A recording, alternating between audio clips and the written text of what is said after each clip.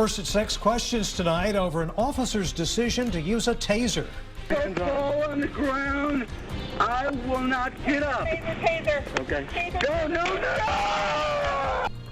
For the first time, we're seeing what led up to Austin police tasing a man last year. That man later died days later, and today a grand jury cleared the officer who tased him. KXAN's Chris Sadeghi took a look at the evidence now that is public and also showed it to a police trainer for his take on that officer's actions. The call was for gunshots fired, and in a 911 call, James Sizer admits to firing them.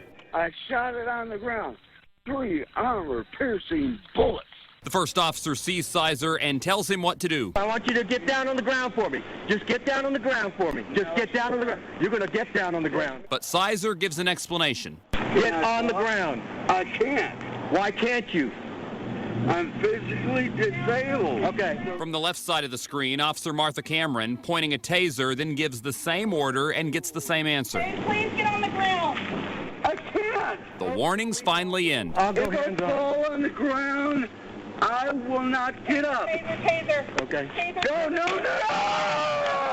The 62-year-old falls back, hitting his head. He was alert and talking after, but would die from complications 8 days later. So pretty close to textbook. Jerry Staten helps train law enforcement and says the two officers used basic tactics for a shots fired call. But what if Sizer was unable to get down? It's not that you ignore it. It's just that, which is more important at the time. Getting the situation under control is going to trump his suggestion that he's unable to get down. Control that had an unintended result. Chris Sadeghi, KXAN News. The attorney for Sizer's family says they are disappointed about the grand jury decision. They have filed a civil lawsuit in this case. According to APD's policy manual, officers use tasers to control a violent or potentially violent suspect while also lowering the risk of any injuries.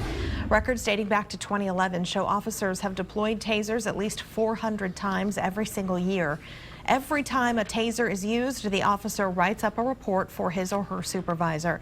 They must include who was involved, if they have any mental health conditions or physical conditions, and if there were any special circumstances surrounding what happened.